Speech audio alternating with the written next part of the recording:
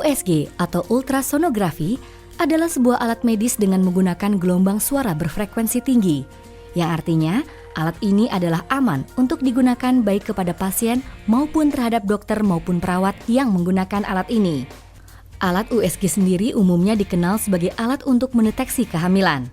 Namun seiring kebutuhan maupun perkembangannya, alat USG kini banyak juga digunakan untuk mendeteksi kelainan ataupun penyakit yang ada di dalam tubuh manusia.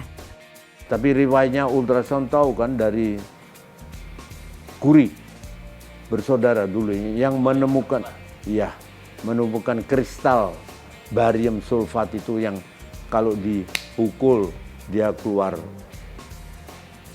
aliran listrik, dikasih aliran listrik dia bisa menghasilkan gelombang yang bisa ditangkap oleh tabung. Alat USG sendiri mulai digunakan pertama kali pada Perang Dunia ke-1, di mana sebagai alat untuk memantau keberadaan kapal selam musuh. Lalu pada Perang Dunia Kedua, alat USG mulai dikembangkan dan digunakan sebagai alat untuk memeriksa jaringan tubuh, namun hasilnya belum memuaskan, hingga akhirnya terus dikembangkan. Dan Dr. Ian Donald menyarankan agar sonar dapat digunakan untuk diagnosis medis, dan beliau mulai bekerja pada eksperimen yang melibatkan detektor logam cacat ultrasonic industry. Dr. Ian Donald bersama dengan rekan lainnya dari Glasgow telah bekerja sama melakukan banyak hal dalam perkembangan aplikasi dan teknologi praktis. Saya belajar ke dokter kandungan namanya, dia bikin sekolah di Yugoslavia. Saya yang pertama dulu ke sana.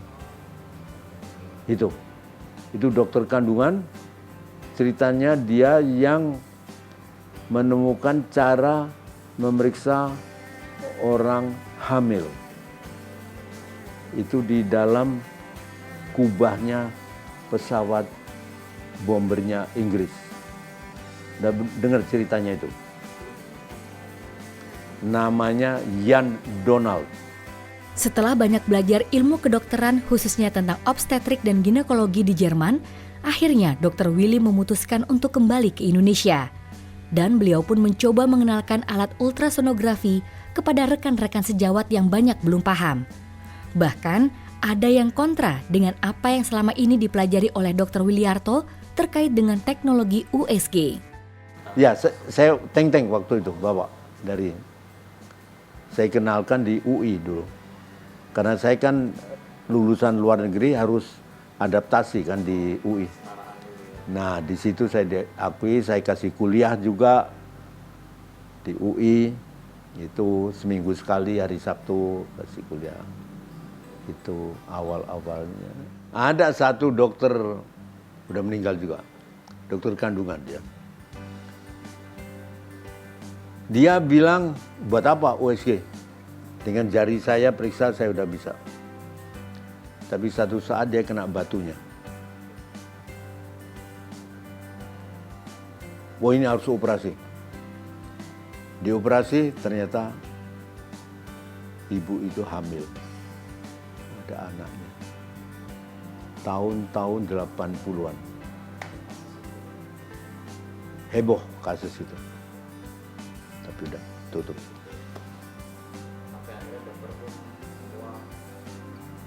Dari situ mereka terbuka betul. Bahwa dengan jari kita raba nggak bisa. Ini alat USG kan ada. Ini ada kepala. Awal-awalnya kan kita lihat kepala dulu kan. Tulang kepala. Kalau di bawah 3 bulan kepala belum ada, tapi kan jantungnya berdenyut. Iya. Tapi awalnya dulu denyut jantung belum keluar suara, cuma keluar gelombang-gelombang. Itu awal-awalnya. Nah, baru banyak dokter-dokter kandungan di sini baru terbuka. Usaha mengenalkan alat USG ke Indonesia perlahan mulai mendapatkan respon yang positif. Bahkan melalui Perhimpunan Ultrasonografi Kedokteran Indonesia yang dibentuknya, Dr. Willy berhasil mengadakan berbagai simposium, baik yang bersifat nasional maupun yang bersifat internasional di Indonesia. Mengembangkan USG. Saya berniat, saya mau kembangkan USG. Makanya pertama, untuk awam ini. Ya, seminar untuk awam.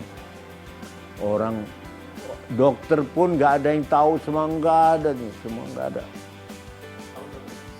Tuh, 81 apa 82 itu? 88 ya? Ya. Itu yang dari perhimpunan. Ya. Itu yang dari perhimpunan itu. Tahun 83 ya? Ya, itu yang pertama. Jadi bagian radiologi Indonesia, UI, itu namanya almarhum juga, Profesor Gani Ilyas. Manggil saya, karena saya dikenal bawa alat USG itu. Dia bilang, kita dirikan